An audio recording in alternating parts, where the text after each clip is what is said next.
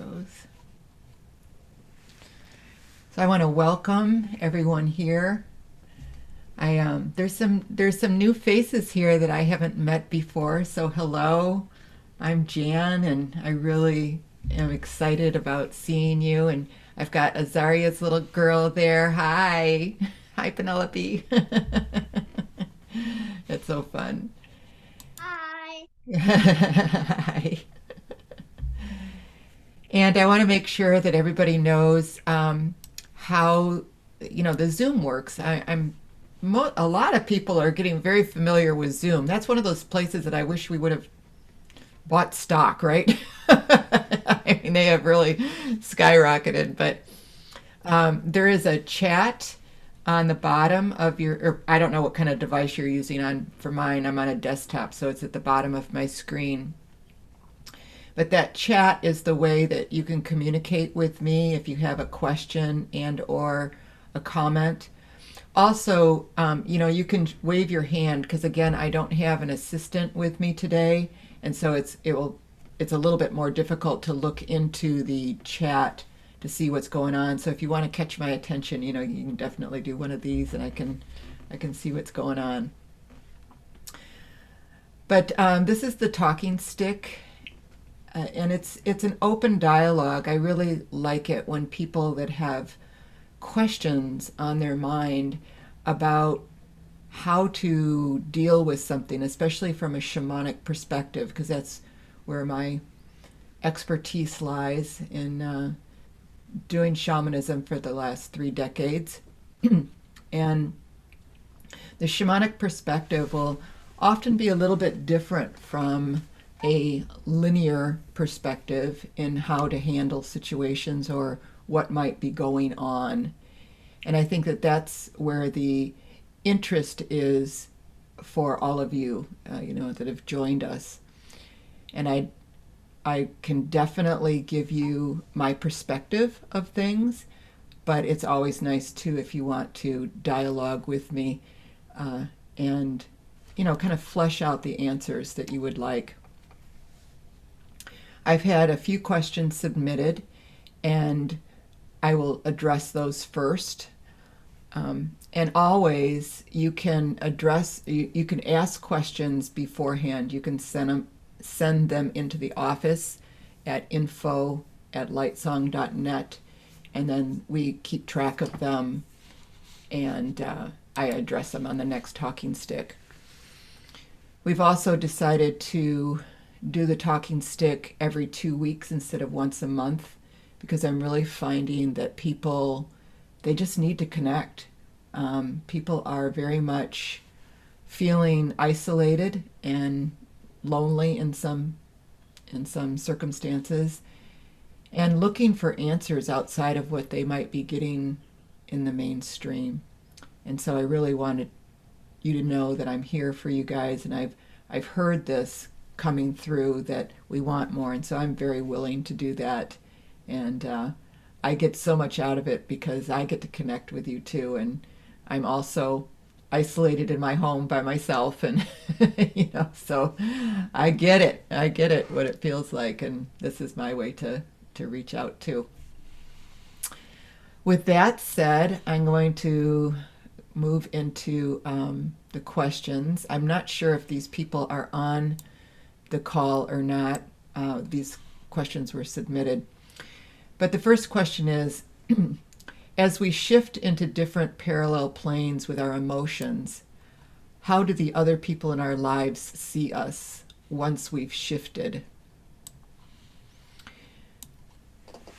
You're bringing up a topic that is absolutely one of my favorites, because I am very immersed right now in the understanding of parallel realities and shifting realities. That is my new work right now that has been presented to me from the spirits, and I am fully engaged with it and I just love it. But to answer your question about how other people will see us, it's almost as if I'm going to go back to an original story that all all of you that have been with me have heard over and over and again, and I'm going to mention it because it's pertinent here for this question. And that is the story about Peru and the fires that were raging at Machu Picchu. And as the fires were raging there, and this is a true story, the council that runs Machu Picchu decided to bring in shamans to put out the fires. And all of them went out and started doing their thing, you know, the drumming and the singing and the working with the elements and all the things that shamans do. But one of the shamans asked to go into a little hut. I call them a wiki up, that's the Lakota word for it, but they're just these little one-person sort of sweat lodge looking things, but they don't get hot, and they're covered, and you go in there and you close the door and you sit in the dark and you pray. And she was in there for about a day and a half, and the fires went out. And all the other shamans knew that it was something that she had done, not what they were doing. And they asked her, they said, "How did you put out these fires?" And she said, "I found where I was out of alignment in myself, and when I righted that, the fires went out." Now that is the age-old answer that has been around since the beginning of time, that if you want something to change in the outer world, you have to change your inner world, because the outer world is a reflection of your inner world. That's how you perceive it. That's how you see it. It's something that's inside of you. So to go back to this question about how will others see me, it's the same answer. They will see you as you see yourself. Does that make sense? Yeah. Every version of you, every possible version of you exists in parallel realities. Every single one. And if you are moving into this version of yourself that you feel like you are better, like you are, you're more peaceful inside. It's not a cognitive thing. It's how it feels.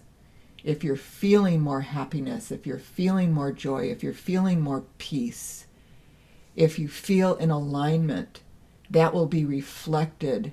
You're in that parallel reality of yourself, and those that you love are also in that reality with you. Am I making sense?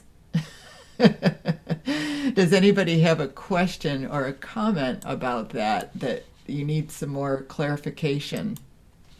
So, I was thinking real quick, just like when you started, right? You started by saying about the book, from the journey from head to heart. So, from what you're saying now, it sounds to me like it's the heart that creates through the feeling. So then, what does the head do then? What's It causes a lot of problems, is what it does. Yeah, no, your heart. There's an institute called the Heart Math Institute that you can. They have a lot of research on this, and the heart actually puts out something like 10,000 times more broadcast than the mind does, as far as your feelings. And it's the heart, and it's the belief system, actually, it's which are in your chakras. And the chakras, if you're blending some Eastern philosophies in with shamanism, are the broadcast centers of your body. And so those beliefs are coming off your chakras, not so much out of your head, but really from your throat down. And they are giving out a broadcast that then attracts to you the things that match the broadcast. And so that's why your reality is a reflection of what you believe. Okay? It's all intertwined in that same beautiful awareness that it's coming from within. Now in shamanism, they take things a step further, and they will say, I mean, in the basic belief is that you are the universe. You carry the entire universe inside of you, that you are everything. And you're just experiencing different things because the soul is curious and likes to experience. But we don't have to get into that version of it just yet to answer that question. But again, the answer to that of how do other people in our lives see us once we've shifted, it really depends on how much you are truly shifted. Because when you shift, you will see them as seeing you as this new being. Another thing that I always talk about is you can't trick energy. You can't say one thing and believe another.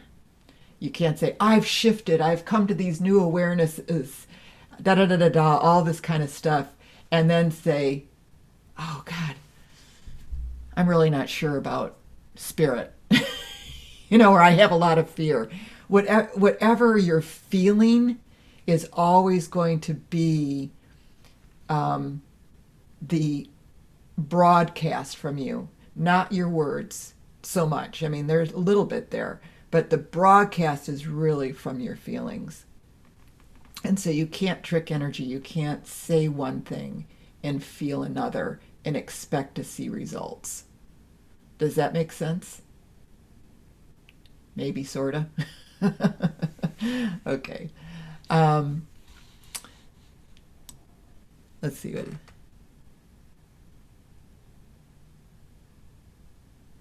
Yeah, so David, hi David, nice to see you.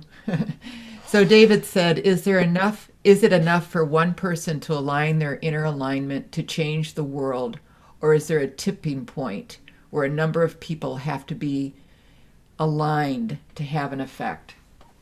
Yeah, that was a very awkwardly phrased question. Sorry. No, I get it. I get it. And I'm going to say the answer is both.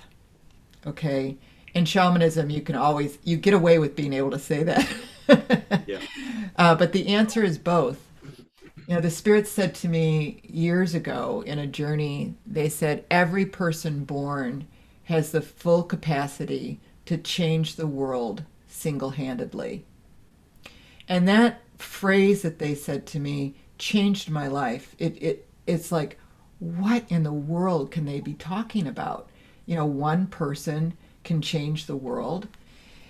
And because I was imagining this person needing to be an activist, like going out and having a message and, doing all of these things by overtly making changes. And I knew that that couldn't be right, but I also knew whatever they said to me, I needed to figure out, I needed to learn. And so I pondered this for a long time, and I realized what they were actually referring to is that everybody feels, okay? And it's your feelings that are coming off of you that is actually making the changes in the world. Then, when you add in the sort of the whole new idea, it's not really a new idea, but it's really in my awareness right now, of parallel realities. And to answer your question, David, yes, one person could do it because you can actually move into the parallel reality with that alignment that it's already done. That world does exist for all of us. Does that make sense? David? You're on mute. Yeah, I guess it makes sense when you say it. When I try to make sense of in my mind of parallel realities and things like that. If I shift into a parallel reality, where did everybody else go? They're all with you. And there's this. If I could just ask one other follow-up question that's sort of like this. So they're all with me, okay? But they're different, right? I'm sorry. You're really hard for me. You're Oh, coming in staticky, but go try it here we go. again. I'll try to move closer. Did have a follow-up question about how it relates to prayer. Uh-huh. Is that coming through? Yes. Um, what if there's prayers for different outcomes? A farmer might pray for rain, construction worker wants dry weather to work. How do those prayer get sorted out? Sure. Um, let me answer that after I finish the second half of your other question, okay? Because you were asking, can one person do it? Yes, they can. And then, is there a tipping point? And yes, that is also true with the collective. And I think that that's what we're really seeing now in today's world is that we're closer and closer to that tipping point where more and more people are looking into this type of work, into in wanting there to be love and joy, and it can look like the darkest hours just before dawn kind of thing, where it seems very chaotic. But as far as energetically, there are more and more people that are involved. In fact, probably 10 years ago, if you were to say meditation to the public, they really wouldn't know what you're talking about. Where now, if you use the word meditation, people will have an idea like, oh yeah, I've either heard of that or I've tried it. So they're both right. As far as what you're saying with prayer, one person's prayer is another person's curse almost, because they're fighting against each other. The thing that is mind blowing, and our left brain cannot understand it. And so, as you're trying to analyze this, David, you have to go into a journey. You have to go into a meditation to really sit with it, because that's the only way you're going to get out of that logical sense of the left brain and move into the multidimensional aspects of the right. In that, when you shift realities, you're in a reality that is just right for you, and the other person is in a reality that's just right for them. So they're happening simultaneously because every possibility of every reality exists, and it's where you're going to align yourself and tap into. And so it's never about one person gaining and one person losing. It doesn't work that way. That's the way the left brain works.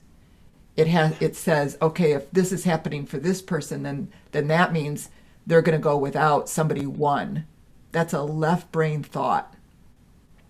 That does not exist in the right brain. In the right brain, everything is possible, and so all of those realities exist simultaneously. Does that make sense? But you can't engage it by trying to figure it out in an analytical way. That's why we do meditate, that's why we do journey, so we can move into this other awareness where it just comes in and all of a sudden, like, oh, I get it. It's just, you're just there. Does that help? Thank you. That does help quite a bit, actually. Thank you. Yeah, yeah. Good, good. Let's see. So this says,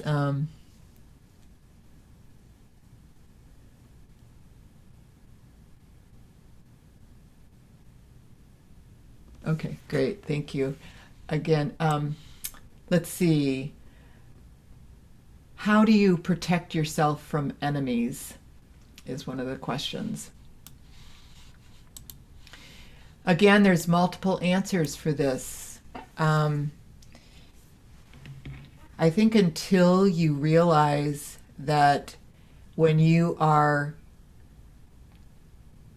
aware of your own divinity and yeah, when you're aware of your own divinity, and that divinity is ultimately your protection against anything, because when you're in your divinity, you can't register. It's impossible for you to register that something is not in divinity. That's what divinity means, okay? It's like unconditional love. It's why I always say we don't understand unconditional love, because no matter how much you think you're unconditional, there's some sort of condition there. Because if you were completely unconditional, you would have no awareness of anything but that, because there would be no condition. A thought outside of that is a condition. And it's the same thing when you're truly in your divine power, when you're realizing your divinity and that you are a soul having a human experience and not the other way around. When you can really tap into that awareness, that is the only protection you'd ever need, because nothing can actually harm divinity because it's divine. It has no attachment for a lower frequency energy. But in the meantime, when you're still working on that philosophy, then of course we use the light, we use our allies, all of these things in shamanism that we have built into our awareness. I call it my dream team. I bring in my dream team that just literally fills me with their magnificence, that I am then protected. But the more attention you put towards the need of being protected, the more you're doubting the system, if that makes sense. Because that's grabbing your attention, is the doubt. When you're fully involved with it, it just becomes part of your awareness, and it is an isness instead of something that you have to do. Does that make sense? Man, am I getting philosophical today. I usually don't do this as much, but yeah, if you have any questions about that, feel free to ask. The next question is, how do I know I am in a place where I am supposed to be? How do I know I am really moving forward toward the place, understanding, perspective I'm supposed to be? I'm not really sure what supposed to be means. I think that all of us have incarnated to experience the feeling of love, to experience what it is to be divine and unconditionally divine. And so we have all of these experiences that show us what isn't there, so that we can choose differently and move towards what we know is true. And so I gauge myself, and this is just me, it doesn't have to fit anybody else, but if what I am doing or what I am thinking is providing a level of joy for me, if I am peaceful, if I'm happy, and if what I'm thinking or what I'm worried about doesn't offer that, or what I believe in doesn't offer that, then I would say I need to change my beliefs around something. Because if something is instilled inside of you that causes you to doubt or to feel fear or to suffer, then it's a belief system that's working against you. And so again, I'm not sure what supposed to is. It sounds like there's a rule or something, that there's the right answer to something. And I don't honestly believe that there is. I think there's an answer in your life expression that will cause you to have experiences. And if to me, for myself, I gauge myself like, if I were to die today, I would say I'm dying very happy. I'm satisfied with where I am. And that's how I gauge things. You know, I'm not going to tap in or believe something that causes me to suffer. Does that make sense? That's just a very personal answer for that question. But I guess I'm also saying I don't know if there's a supposed to. Like, I wouldn't look at somebody that has no spiritual practice whatsoever and say that they're wrong. They're doing what they are choosing to do. You know, it's just there's not the right answer for anything. In fact, I was a student of the Course in Miracles for years, just years and years and years. I studied it. And there's a phrase in there that I always go back to, and it's like, would you rather be right or happy? You know? And rightness, like that's supposed to, will often take you away from happiness because you're trying to live up to some standard, somebody else's standard, instead of what's going on in your own heart. And I don't see happiness as being selfish, but I do see if I'm happy, that means I am also aligning myself with what I feel brings joy to others, which is service and right living and, you know, those types of things. It comes with my moral compass, my ethical standards in what I feel is bringing me joy.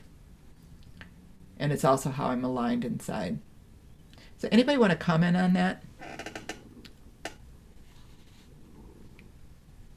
Oh, come on. Don't make me just sit here and talk to the screen.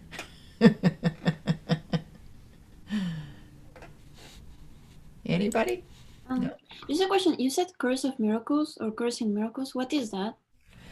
It's a channeled book about Christ consciousness. And yeah, it's a study, as well as there are lessons, 365 lessons in it, so you have a lesson a day. And really now looking at it, because I did this, I'm going to say back, let's see, maybe in the early 90s and through the first of the 2000s. And looking back at it now, I can really see how it was taking us from the left brain into the right brain in the way it was set up. Like, let's say the first 23 or 25 lessons, I would say, is about allowing you to realize that nothing means anything except the meaning that you give it, the perspective that you give it. But everything else is just, it's meaningless until you give it meaning. And so what kind of meaning are you giving to something? And can you let that go? Which is actually, again, moving from the left brain into the right brain. In that left brain with the ego, we give everything meaning and then hierarchy with it. We rate it and we judge it and all these different things that then hold us captive to very strict perspectives on things. And we get all sort of aggravated when somebody else has a different opinion, because we've got this perspective that we're really holding on to very tightly. And that then becomes our truth, or the truth. And, it's hard to see different perspectives when you're holding on to something so tightly like that. And so one of the ways that you can train yourself to start letting go of those perspectives is to start letting go of the meaning that you've attached to things. So does that help, Pauline? Yes, it does. Okay. Yeah. Give me some things to think about. Yeah. Good. Wasn't that written by two psychologists, but also channeled then? So Yeah. sort of like a cognitive restructuring of spirituality. Yep. Yeah. Yes. Marianne Williamson wrote a reflection on A Course in Miracles, which kind of gives her perspective on that as well. That was helpful for me. Yeah, she did, because the text is actually quite involved, and in the study, and Marianne very much titrated that down into very understandable things.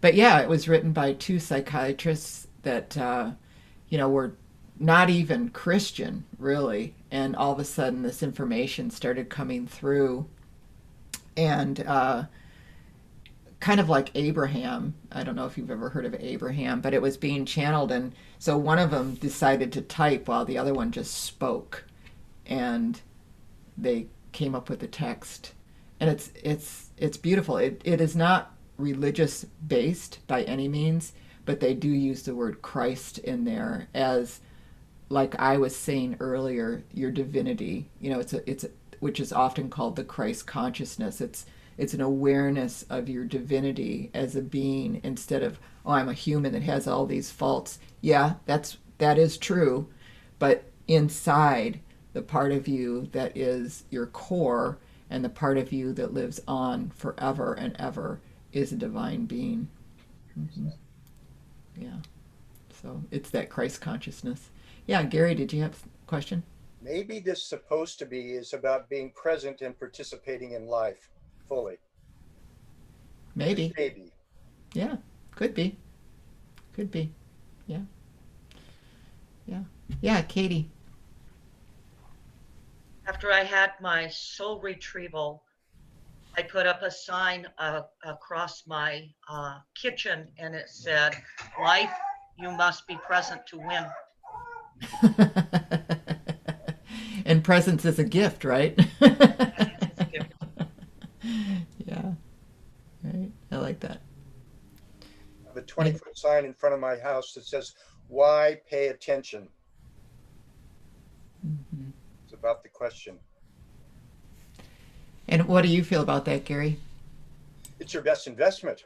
My God, paying attention is all that happens in life. You're only going to get out of life what you pay attention to. Mm-hmm. Mm-hmm. Yeah. Yeah, for sure. I mean, we can take that in all different kinds of directions, and it will mean differently for different folks. But yeah.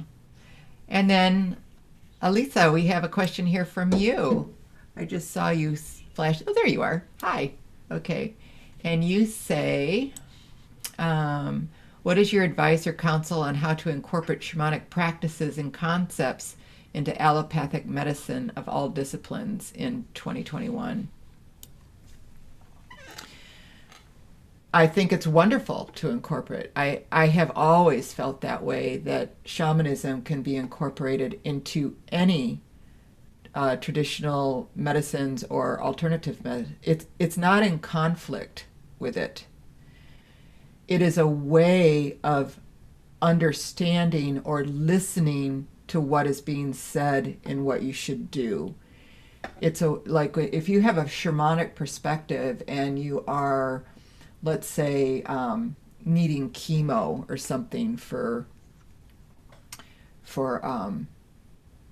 I'm not going to use the word chemo. Like I have a friend right now that, has cancer, and the spirits, were telling her, don't go to war with the cancer, because if you go to war, you now have a war, and everything that exists has this divinity to it on some level, and it has a way of expressing, just like we just said. Humans don't necessarily express themselves as divine, but there's a core divinity in there. Well, the same as illnesses or diseases, they're not expressing themselves as divine, but still at a core, there's something in there. Because in shamanism, it believes that everything that exists has a has a soul, has an intelligence, has a light body to it. So when you don't go to war with something and you embrace it, you're able to see the divine in things, and then you're not at war, and then there's no, the ability to harm you goes away, because you're becoming an energetic, you're allowing it to be an energetic match for you instead of the harm. If you project something, if you see something as, this is going to hurt me, this is going to harm me, you've then lost your sense of your own divinity. Does that make sense? Okay, you've lost that sense of it, because now you're seeing yourself as being harmed. Whereas when you can embody something, let's say in shamanism, like if we're working with beings that are, very difficult for a person, like discarnates or beings that have a very they want to hurt you. They've got a very clear intention of wanting to cause you harm. What we do with those beings is we fill them with light. We fill them with light and fill them with light and fill them with light and fill them with light, more and more and more, until they actually move out of the ability to do harm. We actually call it, we're detuning them to 3D reality where harm can take place.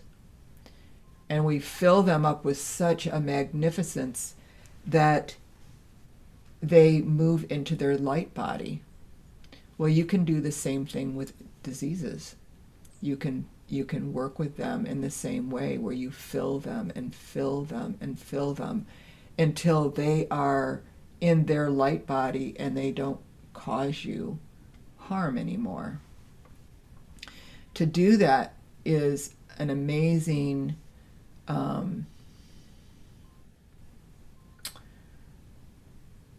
attempt in your own awareness to be able to let go of all those preconceived judgments, like I was talking about earlier, all those preconceived judgments, and move into the trust and the awareness of love and that magnificence that is at the core of everything.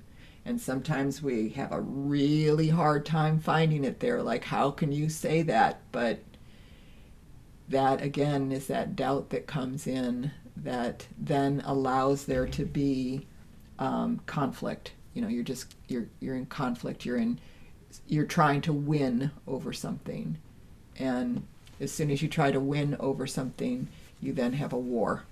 Here you have, you've got a winner and a loser, and that's a left brain idea. And when you can move into the right brain of oneness, it goes away. It just goes away. And so will your illness. And so this particular friend of mine is now, cancer free. So does that answer your question, Elisa?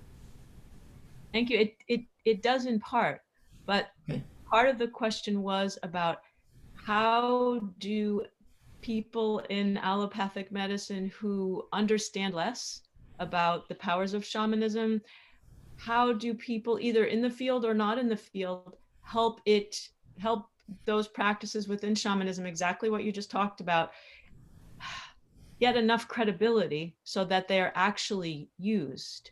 And the people in allopathic medicine, how can people in allopathic medicine use them and not lose credibility with people who are still very left brain and who do not understand some of the powers about exactly what you just talked about? Yeah. Well, that's kind of the $1 million question, isn't it? I mean, one of the things for myself that is a personal goal that Lightsong has been working towards is,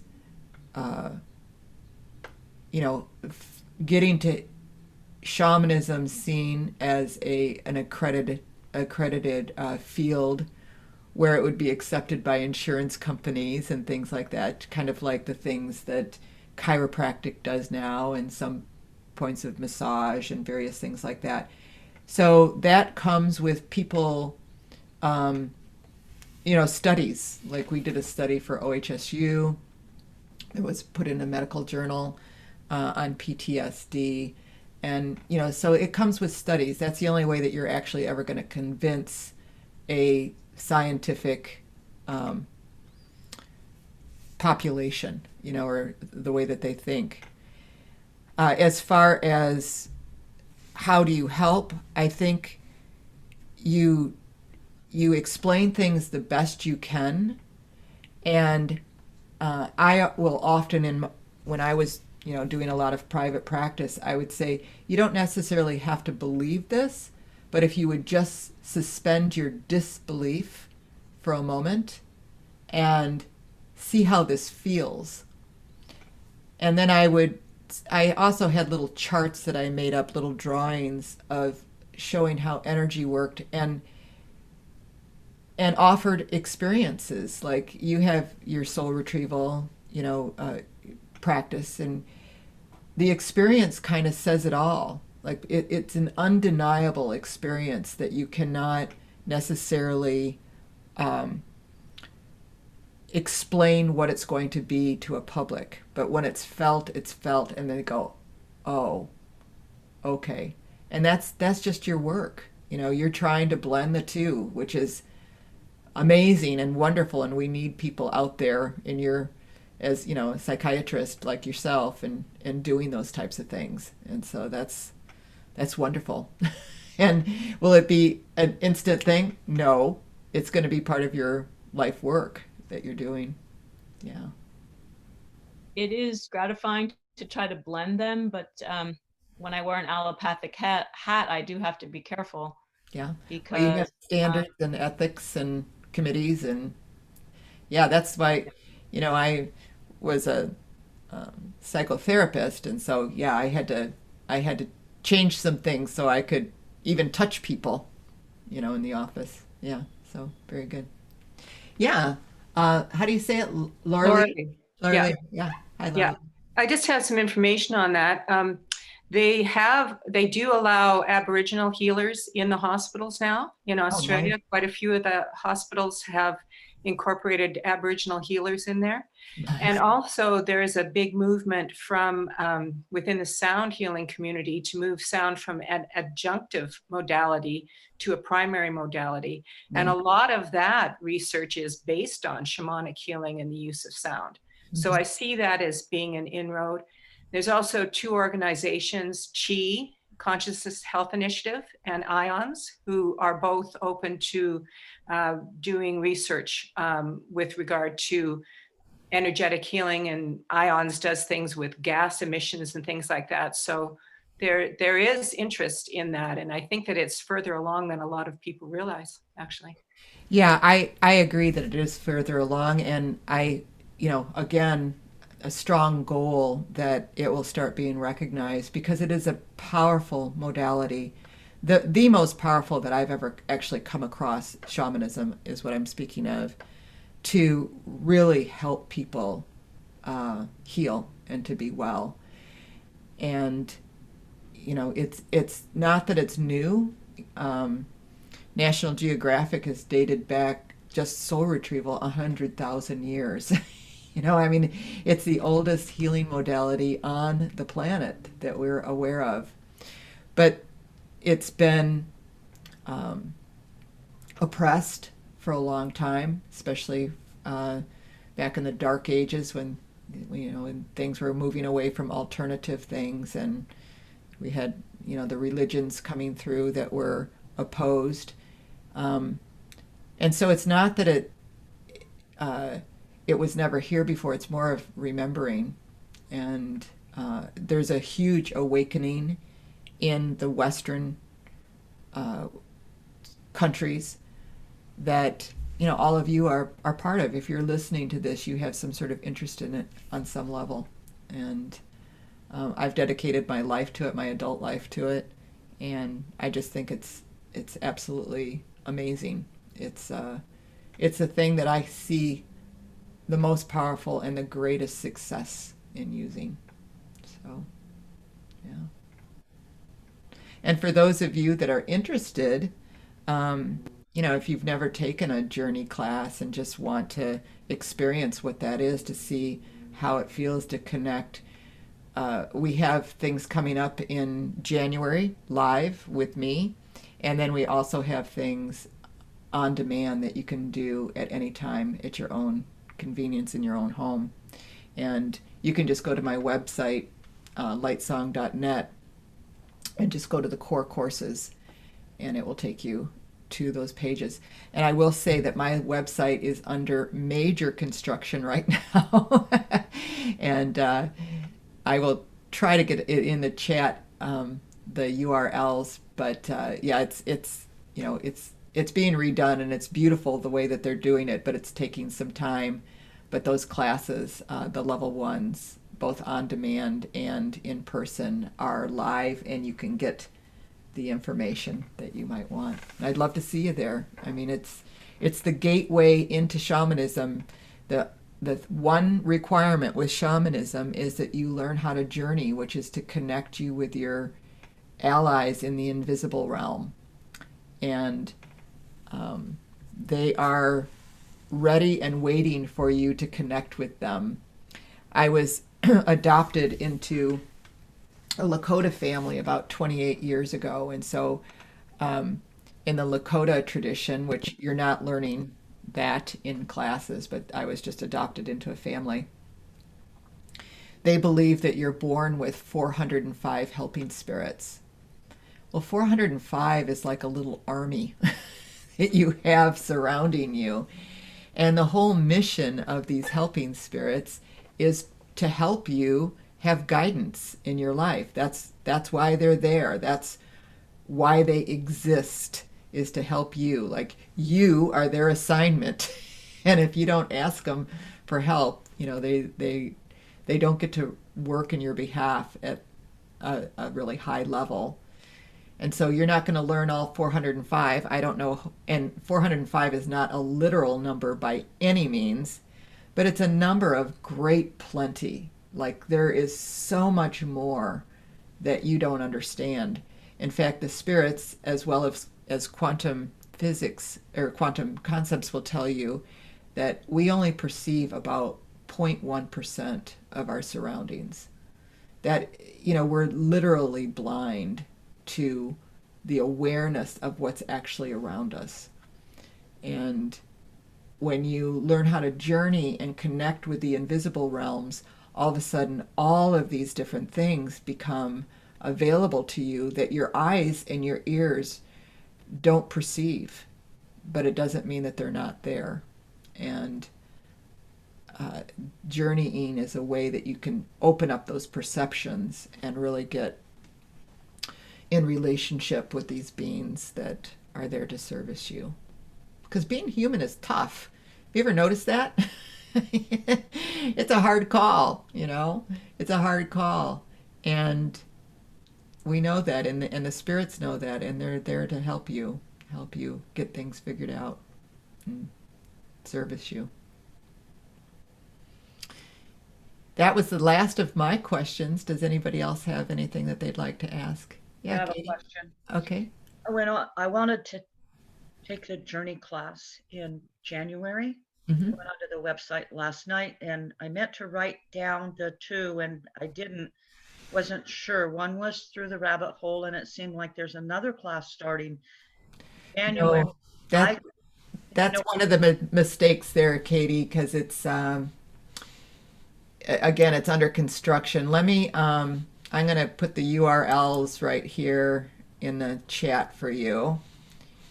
And I'm sorry. Yeah, I'm sorry about that. I've asked my web guy numerous times to get that figured out. And he's waiting for graphics and, all kinds of stuff. So let me just I just want to be sure I'm getting into the right class. I really want to go back and take again the journey class. I want to strengthen that. Good.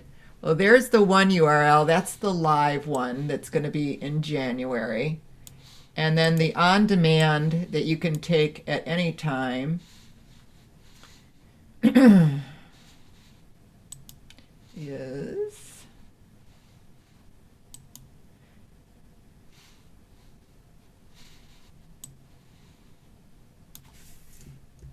and you can always email the office, and we will get you to the right place.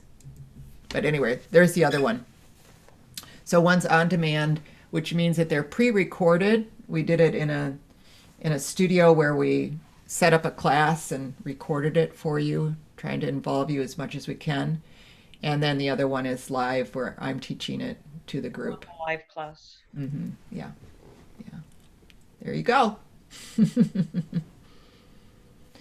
Anybody else? I just wanted to tag on to this comment about using shamanism when you're in a Western world modality. In my career, I have so many places that I had recognition, that I had brilliant things happen that were not from me. Yeah.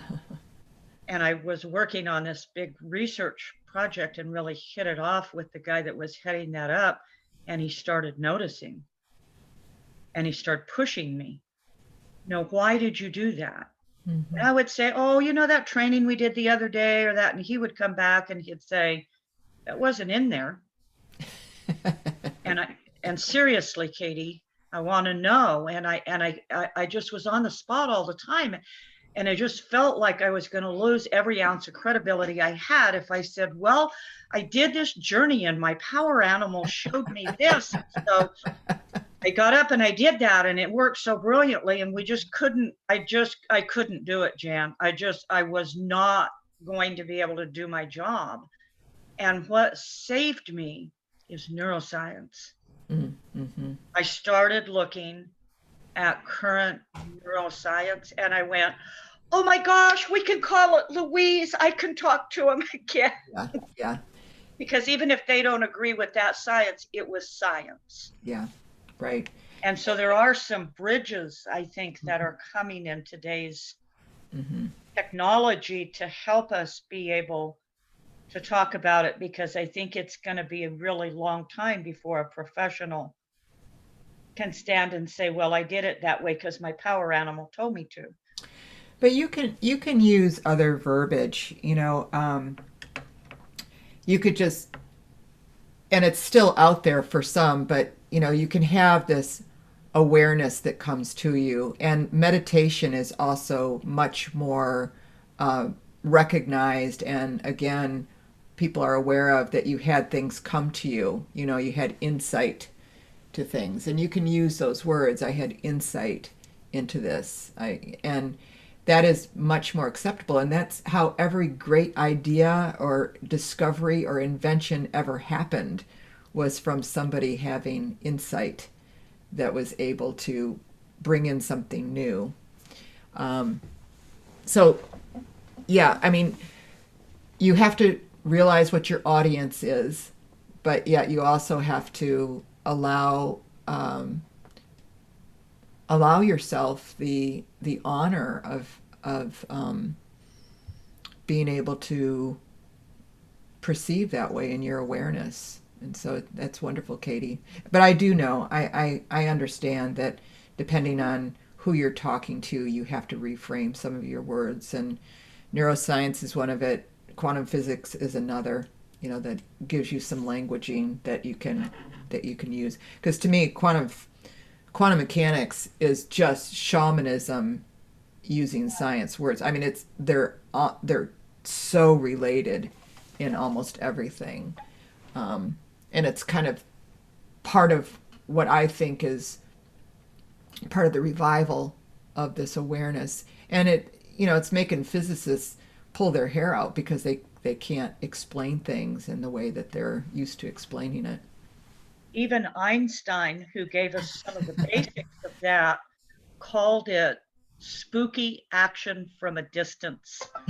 Because he couldn't cope. He wrote the principles, and if you look at some of his quotes, it's brilliant. But in his autobiography, he refers to it as spooky action from a distance. So when I struggle getting my head around it, I went, well, Einstein couldn't get his head around it. No, no.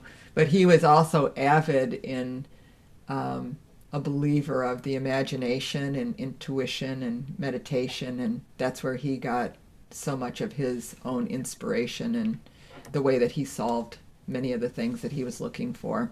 Well, I couldn't deny it. Yeah, yeah, yeah. Yes.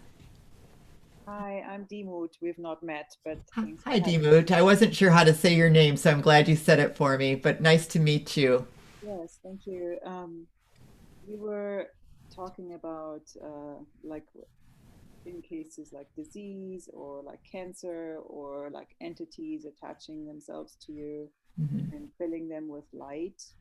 And I realized in the past few, like recently, that you know, I use that phrase too. Like I tell people, I'll send you light and love.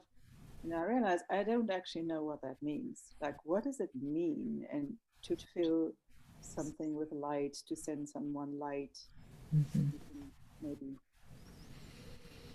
educate me on that. Sure.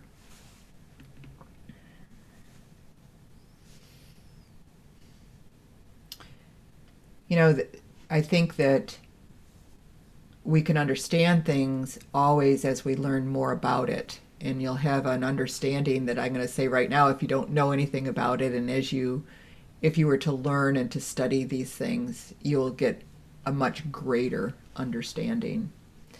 But basically, using the light of the divine, of source, of creation, and that's moving into a perspective that even physical things don't really their body is not the important thing. It's the light body. Everything is made up of light and sound to some degree. Are you following me that far? Okay, and so the divine, we can call in the divine or we can call in source, and it can actually show up as light.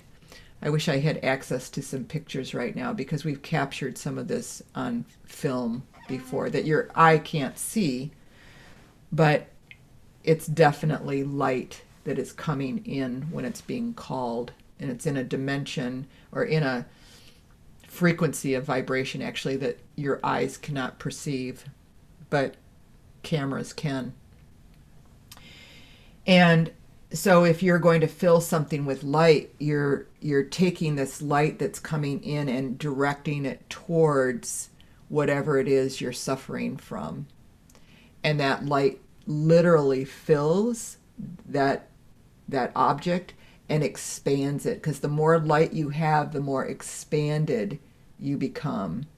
And so in shamanism, we fill with light regularly or fill with the divine regularly to move us into our expanded state, to move us out of the ego and into the right side of the brain, and move us into this different awareness of self. So you're doing the same thing with, let's say, this illness. You're filling it with light and filling it with light and filling it until it expands and moves out of the connection to harm to you. It becomes in its expanded state. Does that help? I mean, did I give some verbiage to that is understandable? Yes, I guess so. And I think so. You're basically saying it's a divine energy, but also not necessarily energy. I didn't hear the second thing you said. It's divine energy, yes, but it's what? But not necessarily energy because it's actually light. Well, light is energy. Okay. Everything is energy. Okay, So light is energy, sound is energy. Yeah. how would it be different than from love, for example? It can be the same. It just depends on the frequency of it. Yes. So this divine light, we have lots of words that we try to describe this energy that we're calling from source. and love is one of them. Okay, even though the spirits have said it's not a good word because we've kind of contaminated the word love with all of our different expressions of it, but still it's a word that we use. And so we can fill it with love. If love to you, if you can conjure up the feeling of love that is unconditional and pure, then that's good, because everything has a frequency of vibration. But if your love is conditional in your head, I would say it wouldn't be the greatest word to use. I would use light, or I would use, we've actually come up with a word in Light Song called siape, which is kind of an untainted agape, which is this frequency of vibration that is quite strong.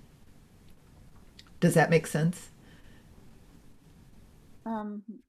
Somewhat, yeah. I guess this Take a class. Come on. Take a class and we'll get in there. right. As with all things, as we learn, you know, things take on a very personal Yes. challenge, and yeah, and it's obviously that there's something that's trying to come through to me. Mm-hmm. So I'm just being open to it and paying attention. Good.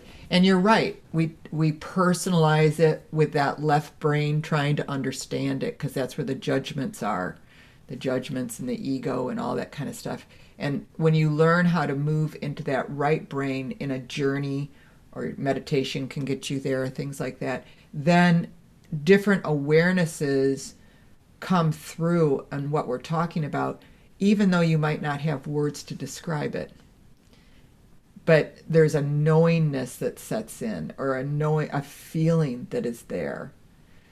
But we then try to take that and describe it or understand it, and we've just shifted out of that awareness and back into the left brain that it's all analytical. So, yeah. Can I share a personal experience? Sure. Uh-huh. So I was doing yoga last year because I got injured with my hips. So I started doing yoga at my school. And this one teacher, I had a very interesting experience with her. One day, it was just her and me in class. No one else wanted to show up. So she was like, okay, you know, just you, it's fine. We can do something targeted for you. So her and I, we did the whole thing. And then at the end of the session, she put me in this physical position of the tree. You know, this yoga standing position where you're doing the tree and you have your hands like this. Mm-hmm. And at that moment, she said, Namaste, which means the light that's in me, it's the light that's in you. Mm-hmm. Mm-hmm. And I was like, oh my God, that's when it hit me. Like the light of consciousness that goes through me is the same light that's going through you. And that's really what Namaste means. Mm-hmm. In yoga, that's really what the greeting is about. Mm-hmm. That's And I was like, whoa. Yeah. As I was standing in this like position, the tree, I literally felt like the light of consciousness going through me, kind of. It was like a whole experience, and I was in awe because, you know, this woman also, she was just a teacher of mine, like a science person, and I literally had a religious experience through her and with her in that moment. And yeah, because I think it goes also with what Dimut was saying. I think it's very hard to conceptualize sometimes. What's this light, this love about? I think it's hard to feel those words. I have so many friends that call themselves light workers, and I don't relate to that. I never call myself that. I don't know what it means. It's hard to conceptualize. So I relate to Dimut in that sense, but I also think that it's almost like a religious experience that strikes you, and you feel it, and then when you feel it, you know. Mm-hmm. It's a knowingness for sure. Thank you, Pauline. That's beautiful. Beautiful. Well, it has been delightful to be with all of you. I just love it. So thank you for sharing your time with me. That is very special. And I'm sure, let's see, today is the 5th. We'll probably have another talking stick before Christmas. Or the holidays. I guess that's not politically correct to call Christmas anymore. The holidays. And yeah, so I hope that we join more, and I'm really grateful for you, and I hope that you gained something from this, something, even if it's just food for thought. But I invite you to stay as involved with the things that we're offering through Light Song as possible, because we're really here to be of service to you. So, mwah, mwah, mwah.